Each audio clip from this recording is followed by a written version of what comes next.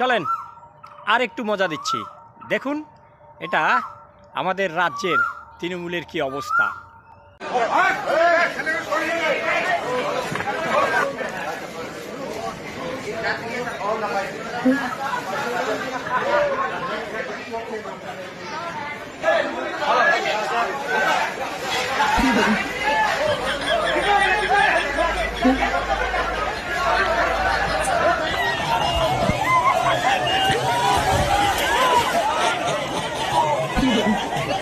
লাস্টে মানুষ তো মানুষ, এদের এই গবাদি পশুরাও পর্যন্ত এদেরকে মূল্য দিচ্ছে না।